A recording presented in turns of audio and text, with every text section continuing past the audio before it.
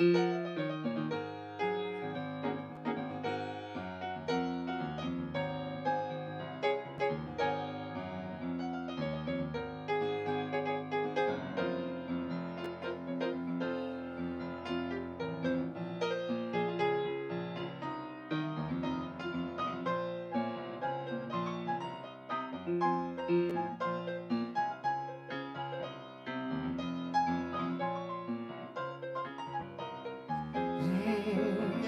no stopping us now. We're on the move. Ain't no stopping us now. We got the groove. Hey, there've been so many things that held us down, but now it looks like things are finally coming around. Yeah, I know we've got a long way to go. Where we'll end up, I don't know, but we won't let nothing hold us back. We're putting it up together, polishing up our act. And if you've ever been held down before, I know that you'll refuse to be held down anymore. Don't you let nothing stand in your way. I want y'all to listen to every word I say, every word I say. Ain't no stopping us now. We're on the move. Ain't no stopping us now. We got the groove. I know, so you know someone who's got a negative vibe, and if you're trying to make it, they'll only push you aside. They really don't have nowhere to go. Ask them where they're going, they don't know. But we won't let nothing hold us back. We're gonna put ourselves together, we're gonna polish up our act. If you've ever been held down before, I know that you refuse to be held down anymore. Don't you let nothing stand in your way. I want y'all to listen to every word I say, every word I say. Ain't no stopping us now. We're on the move. Ain't no stopping us now. We got the groove. Said, well, ain't no stopping us now. We're on the move. Ain't no stopping us now. We got the groove. Ain't no stopping us now.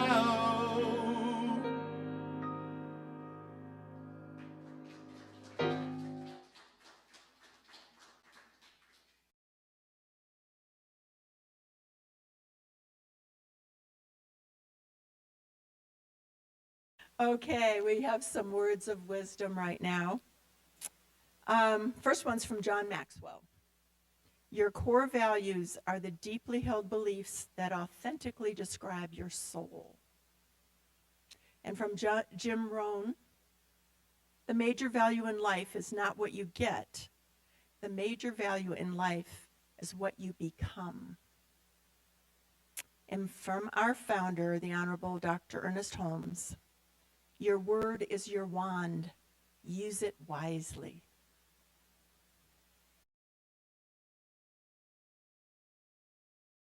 We are in for a real treat. So, some of these that have been around for a while remember Dr. David.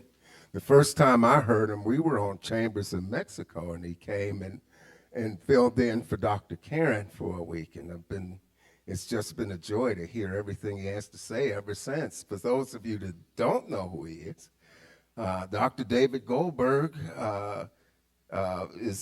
he's been exploring new ways to make transitions, whether or not it's employment, a relationship, or end-of-life choices, powerful and peaceful. He's got over 20 years experience coaching and spiritual counseling, and he's helped countless people through many challenges. He spreads joy and knowledge, but a little bit more. He's also passionate about servant leadership and people, both in spiritual and secular environments. He teaches people, he spreads knowledge and just lifts people up. He's an ordained minister with count them, 4 degrees: bachelor's in journalism, a master's in communication, a master's in conscious study, and a PhD, which is why we call him doctor, by the way. And that's in ethical and creative leadership with a concentration in creativity, diversity, and social justice. And his area of study is the intersection of spirituality and leadership. Not only is he a licensed minister for the Centers for Spiritual Living, he's also a licensed minister for Unity Worldwide Ministries. And so without further ado, and isn't that a wonderful picture? We're going to put the real thing up in front of you right here, right now, where he can both look good and be brilliant at the same time. Come on up, Dr. David.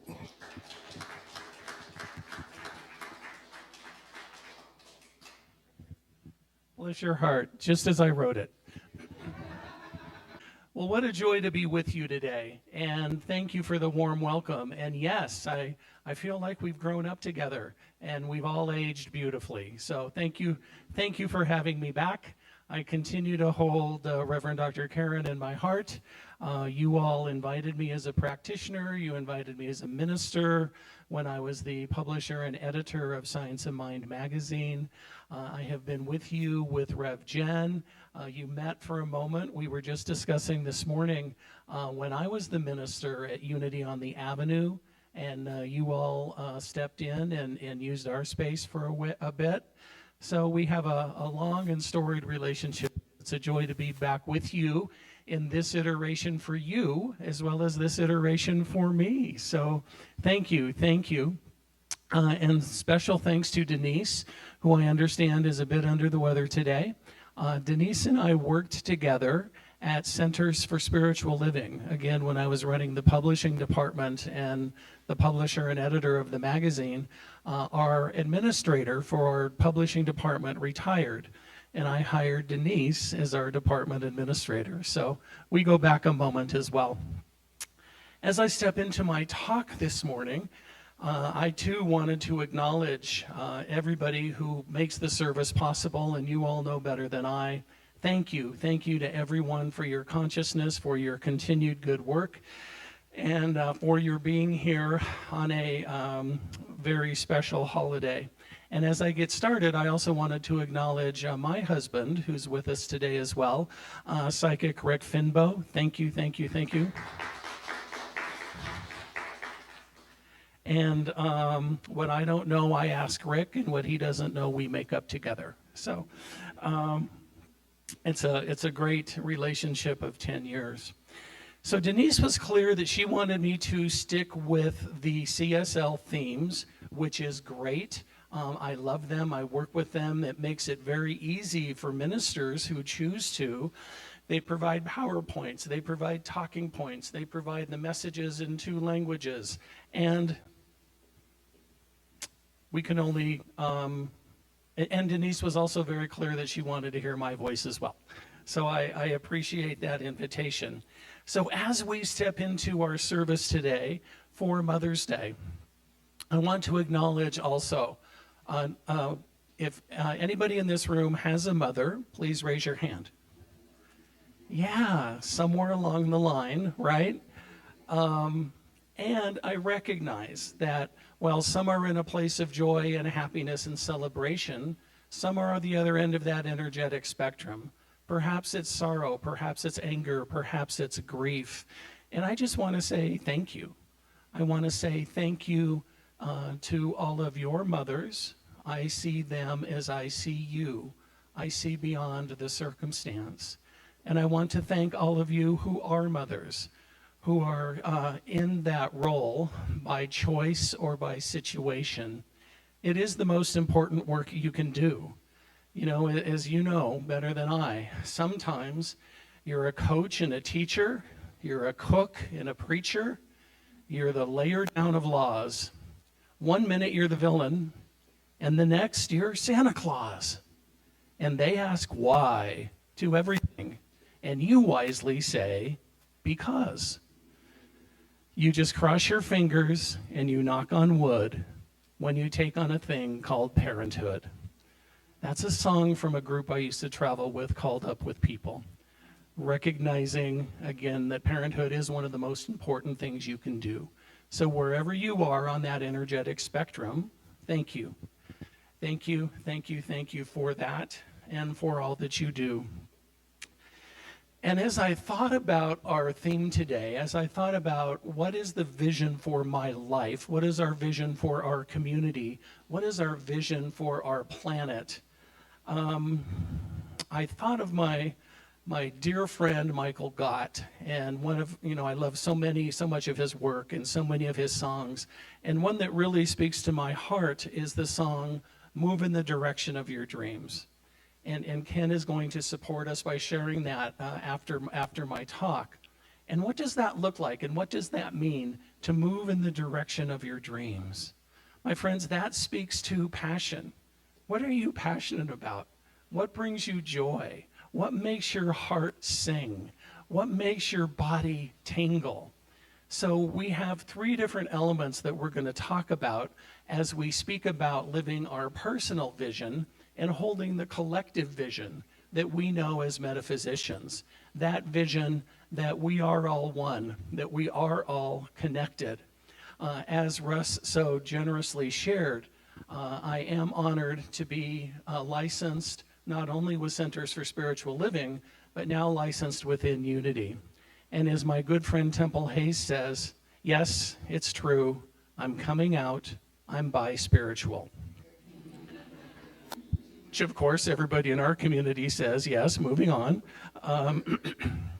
But in getting to know the work of Charles and Myrtle Fillmore, I love one of the quotes that's attributed to Charles Fillmore when he says, "We are chemists in the laboratory of life. What are we going to create?" And what else do we know? We know that creation starts with vision. We know that vision starts with passion. We know that passion starts with belief. So, my friends, what do you believe? What are you calling in? Take any aspect of your life, mental, physical, emotional, spiritual, relational, professional. What do you believe?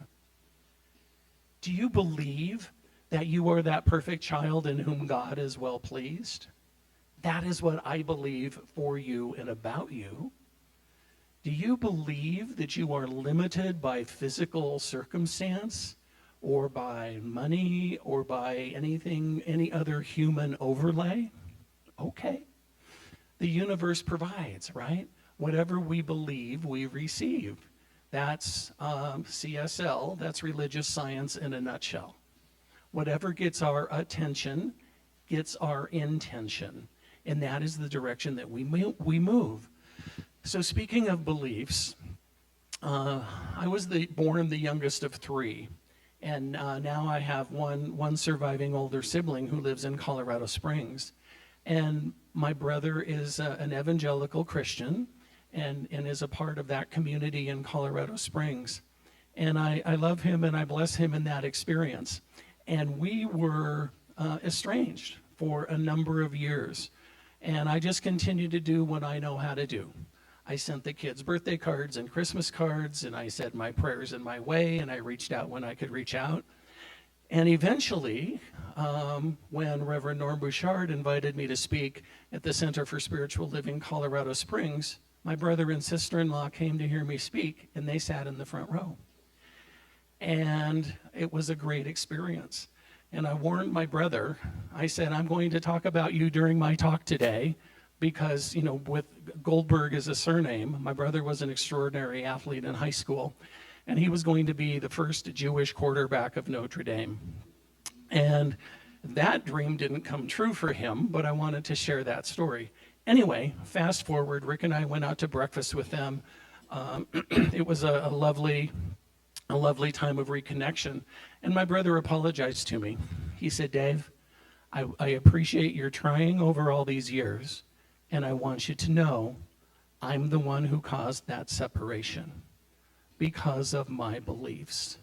And I'm sorry, and I missed out on you in my life, and my kids missed out on you in their life. And I said, brother, thank you. And I take my responsibility, my half of that responsibility for my belief system. And we continued to work through that.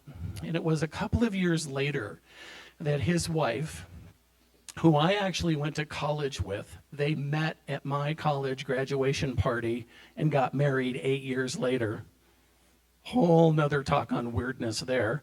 But anyway, it was New Year's Eve of 2019. My sister-in-law was riding horses on their son's ranch, and the horse zigged when she zagged. She got thrown from the horse, she broke her neck, and she died on New Year's Day 2020. My brother reached out to Rick, and I were down there on New Year's Day 2020 to be with him. And my brother reached out to me and said, Dave, I haven't done this before. I don't know what any of this looks like. Will you do her memorial for me? I said, of course. I said, help me understand more about what you believe so I can speak to your beliefs. It's not about me, so I can speak to Kitson, so I can speak about your heart. He said, no.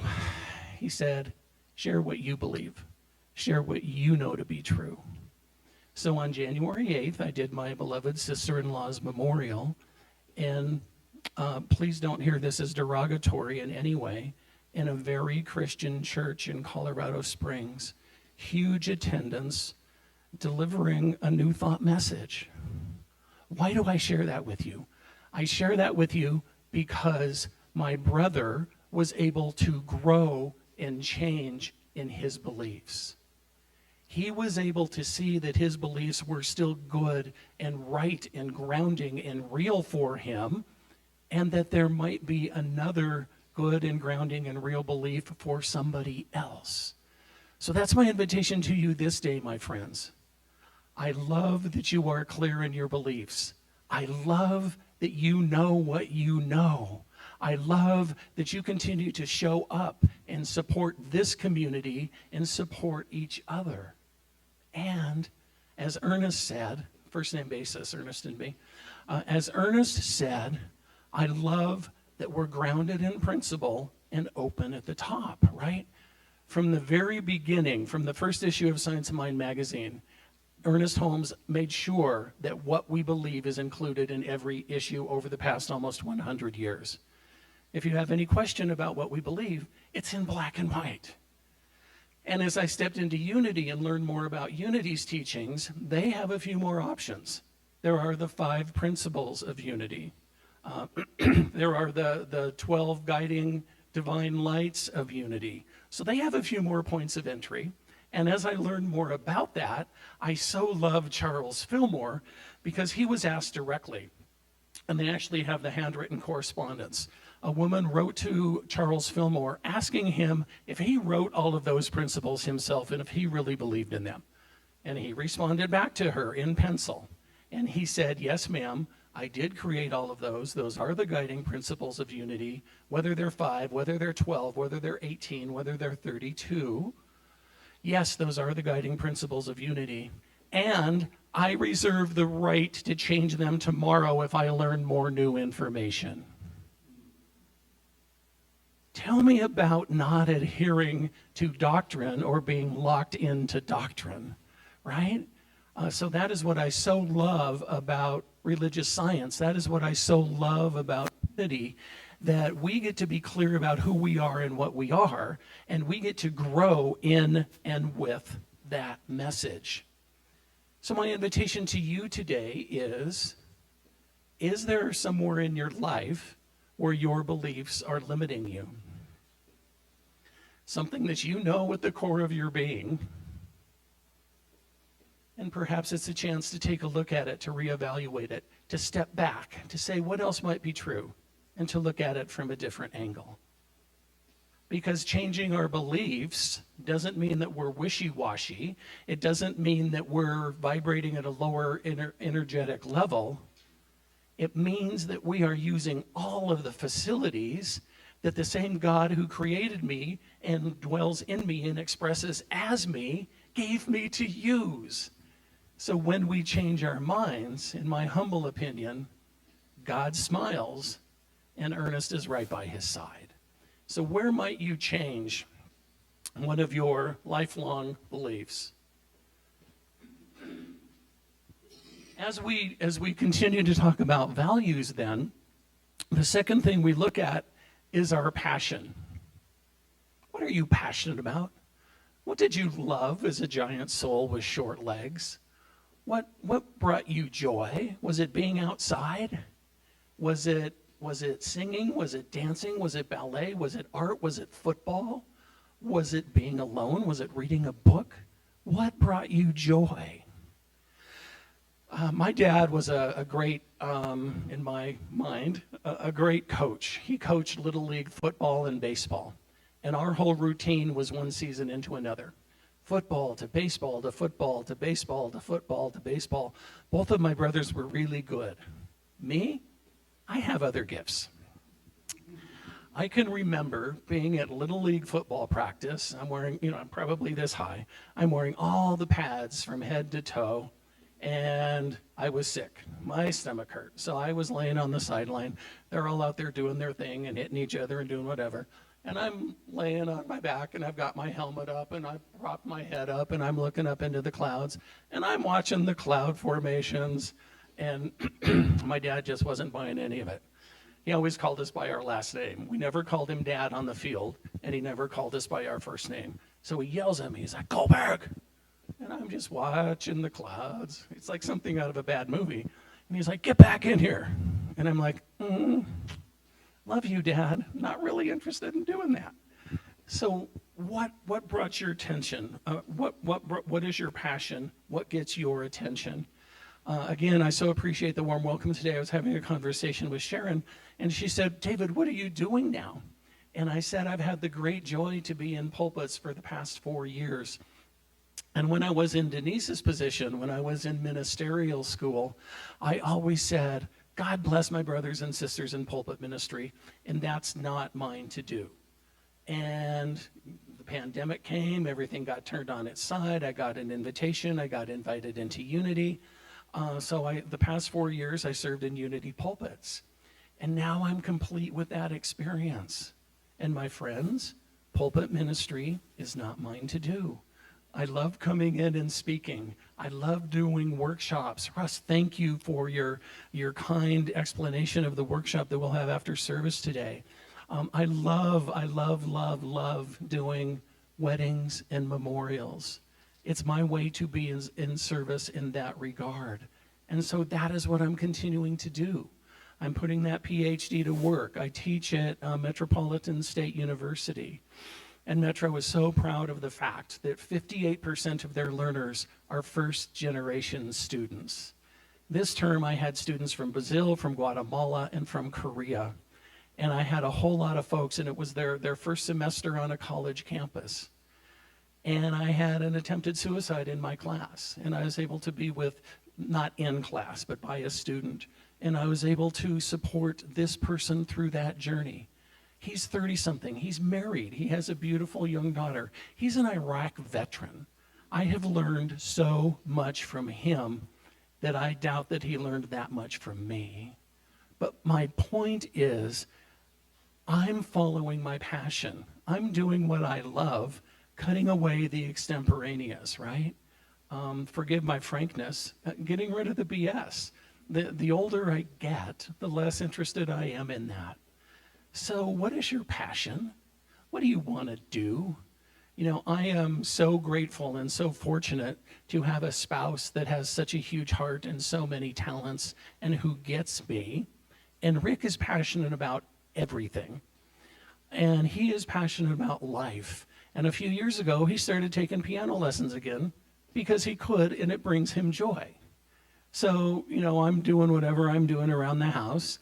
And, it might be March, it might be July, and Rick is practicing Christmas carols. And I love Christmas carols. And so he is following his passion. We went to a service last weekend, His piano teacher's husband made his physical transition.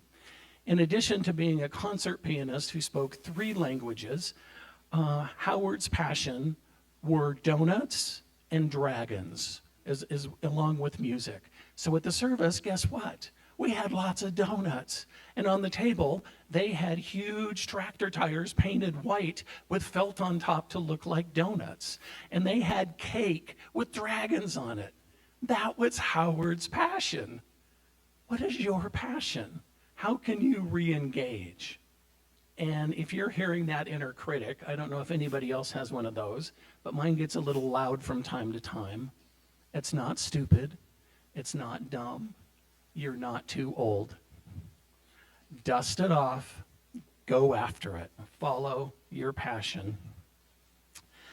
And then what do we know as metaphysicians? We treat and we move our feet. We pray and we take action. So what is getting your attention these days? I'm spending way too much time involved in the affairs of the day. And I have choices. I can continue to be engaged and decide how I want to participate. I can pray for the people in Gaza. I can pray for the leaders of our country. I can travel someplace and physically demonstrate or protest, or I can participate in aid relief. I have choices. Let's underscore that. We always have choices. We may not always like choices. We always have choices. So I have choices that I can continue to participate in all of that. And my opinion, nobody else's, be in that muck and mire. I can know all those details and I'll be awesome at a cocktail party. And what is it doing to me personally? What is it doing to me energetically? So I get to step away from that because what gets my attention gets my intention. So I choose to spend more time with my students.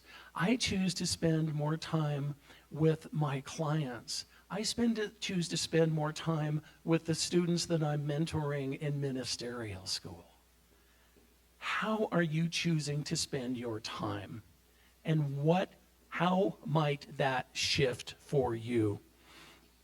You know, last year I had the great joy to officiate somewhere in the neighborhood of 80 weddings, 80 or 90 weddings. I love officiating weddings. One of my mantras is never postpone joy. And folks, whether they are eloping and it's just the 2 of them, or I did one beautiful elopement, it was the 2 of them and their 2 cats, both in individual baby carriages, regardless, that brought them joy. Or last weekend I did a wedding, don't know how many times either one of these beautiful beings had been married, and that wasn't mine to question. And it was at the Evergreen Boathouse. And they invited 100 of their closest friends and family members. And they had a sit-down dinner for 100 people and a live band. And when I was speaking with them, they said, David, we hope you don't find this offensive. We don't want any God. We don't want any scripture. We don't want any prayer. We don't want any God. I'm like, well, I'm not offended, and God certainly doesn't care. So I wrote the script with them, offered it. It was outside right before all the rain came. And afterward, before I got home, the bride on her wedding day is texting me. The service was extraordinary. We couldn't have asked for anything better. Thank you for listening to us. And I'm really clear that's not about me. I am clear that that's about me being in my passion and choosing to be in service in that way. And circling back to Mother's Day, and to that point that not everyone is celebrating on this Mother's Day, I honor all those who have lost children. I've done some of those memorials as well. And those we do call memorials. It's a challenge to celebrate a life that was for 2 months in physical form. I will call it whatever the family wants, and I just want to be sensitive to that. My same brother in Colorado Springs, as I was talking to you about, had 2 boys. They had their 3rd boy, and then they lost him. He died a sudden infant death at 4 months at a caretaker's home. And so that is so challenging for mothers, for fathers, for all parents. So I just want to speak that into the space for all who have lost a child anywhere along the way. Yes, I am spiritual. Yes, I believe in a higher power. And to my human heart and my human brain, that is hard. And I'm sorry, and I see you. And if you choose to be called a mother or a parent, you will always be a mother and a parent. You know, my oldest nephew had a very challenging experience 5 years ago. He lost his wife very unexpectedly in her early 30s. And she was on life support for 4 or 5 days.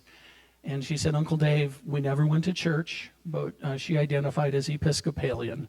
Would you be able to offer her last rites in the Episcopal tradition before we remove life support? And I call him by his initials. His name is Christopher. I said, CRG, I can do anything that you want. And thankfully, I marched right out of the room. I went up to the desk. I spoke to the chaplain. And I'm like, dude, you got to help me out here. Google Episcopal last rites. And so that is what I offered for my niece around her bed. We then waited a day so they could get all of the organ donors in place. And we wheeled her into the operating room. My nephew was sitting beside her with her favorite playlist. They removed her breathing tube. 17 minutes later, her heart stopped. And we were less than ceremoniously escorted out of the operating room because it was now a live operating room so they could save her organs. And Christopher, to his 4 daughters, aged 8 to 18, plays the role of mother and father. So however you identify, whatever gender you are in this lifetime, I bless you in that energy of parenting, in that energy of supporting the next generation. Sometimes I share the story in being Mother's Day. I would love to share it with you. That on my dad's side, my grandmother was Italian Catholic, and my grandfather was New York Jew. And they, having a sense of humor, got married on St. Patrick's Day, 1923. So last year would have been their 100th anniversary. On the other side, on my mom's side, my grandmother was born to German parents in Russia. And as a kid, when I was pre-internet, when I was doing all of the research on our family tree, she said, honey, go talk to your other grandma. Don't shake our family tree too hard. Half of them were crooks and the other half died of starvation. I'm like, okay, good to know. Thank you, Grandma. And her husband, my grandfather, was born in Aberdeen, Scotland. So, I am an amalgamation of all of those things. Both of my parents are only kids. So we have a small family. I have no aunts, no uncles, no cousins. And when my paternal grandfather died, my namesake, David Goldberg, he and my mom were best friends as father-in-law and daughter-in-law. And so my grandfather passed in 1963. And they were trying to find somebody to do the memorial service. And they went to the synagogue and they asked the rabbi. And my interpretation of what I have heard over the years is, why would I do that? He was married to a Gentile. And then they went to the priest. They went to my grandmother's clergy. And he basically said, why would I do that? He wasn't Catholic. And then my mom was working as an administrator to a Lutheran church, loved the minister, loved the church, loved the teaching. She said, oh, well, I'll ask my pastor. And he basically said, why would I do that? He wasn't a member of this church. So here are my parents in all of their grief, reaching out for support of religion, and it wasn't there for them. It couldn't. It didn't materialize. It didn't work for whatever reason. So that is what drew me to New Thought, is our acceptance of all people of all faiths. And that is why whenever I'm asked to do a memorial, I don't ask very many questions, because no life should be judged by how it ends, And no life should be judged by what the person did or didn't do. And no life should be judged by me. So whatever the family wants to share, I will have with them in conversation. And finally, then, on this Mother's Day, you have to hear about my two grandmothers that I just shared with you about. My paternal grandmother worked in the food industry. She worked at what used to be called the Bowman Biscuit Factory. It's been the Keebler factory for years and years and years now. And Grandma Mary manually tied the ends of tamales. So again, we have a woman whose maiden name is Mativi. She married a Goldberg, and she's producing Mexican food. You know, I have a lot to talk about with my therapist. So Grandma Mary tied tamales for decades. My other grandmother was also in the food service business. She was a chocolate dipper. She hand dipped chocolates.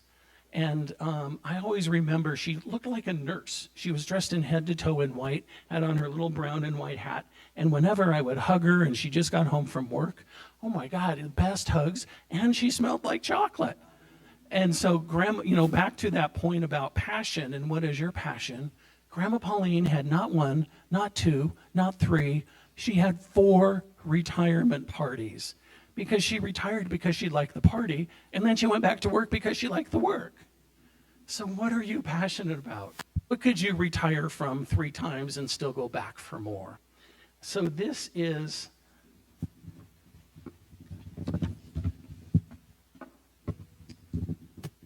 Grandma Pauline, all dressed in white, and I'll have it so you can take a look at it.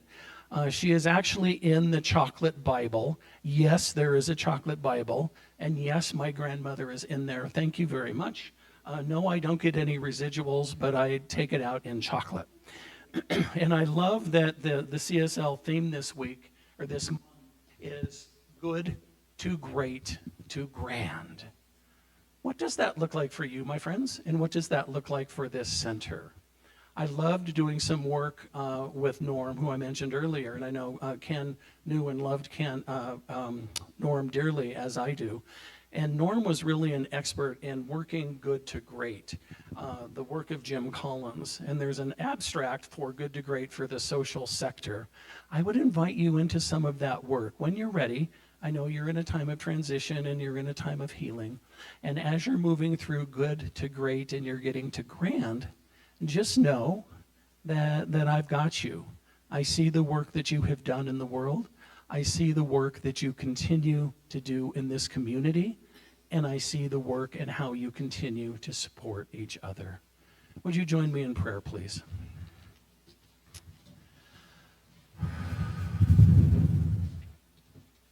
So I am so grateful for this magnificent day, for this beautiful spring day in the Colorado Rockies. I'm grateful for all who have gathered. I'm grateful for all who are participating via electronic means, knowing that it is good, knowing that it is perfect. And I know that every day that this community is together is a grand day. And I say thank you, Spirit. Thank you for all of these glorious spiritual beings sharing this human experience together. And I know that in the days and weeks ahead, that for every being within the sound of my voice, that every action, reaction, transaction, and interaction is God speaking to God. I know that they live the concept of namaste. I know that they live their vision. I know that they are strong and grounded in their beliefs, that they are executing their passion that is pulling them forward, and that they are absolutely clear about what gets their attention, sets their intention. I bless all who identify as mother in any form on this day, the good, the bad, the interesting. And I celebrate the beauty that is life. I release, I let go, I allow it to be. We anchor this together by saying, and so it is, and so I am, and so we are.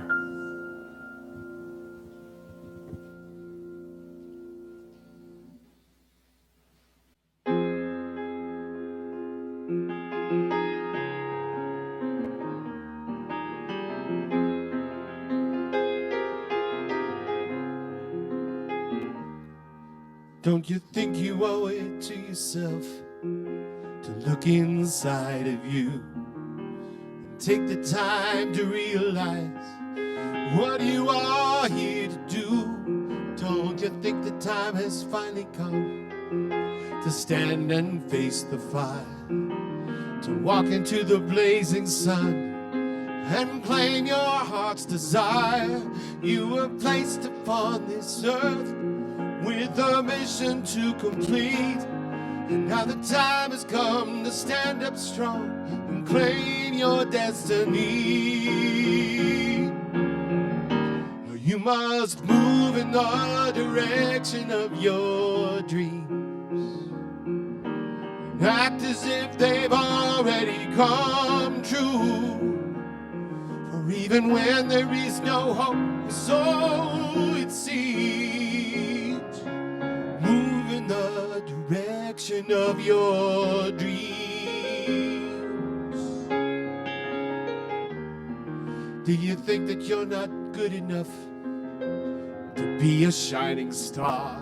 Or do you think because the road gets tough that you won't get that far? Do you believe that only some are great and others left for chance? Or maybe that it's just too late, a futile circumstance, and you were placed upon this earth with a mission to complete, and now the time has come to stand up strong and claim your destiny. You must move in the direction of your dreams and act as if they've already come true. For even when there is no hope, or so it seems, move in the direction of your dreams. And when the world feels like it's crashing all around you, and the clouds of doubt are darkening your day, well then just be still and know that there's something deep within you that will always know the way. You must move in the direction of your dreams and act as if they've already come true. For even when there is no hope, so it seems, move in the direction of your dreams. Move in the direction of your dreams.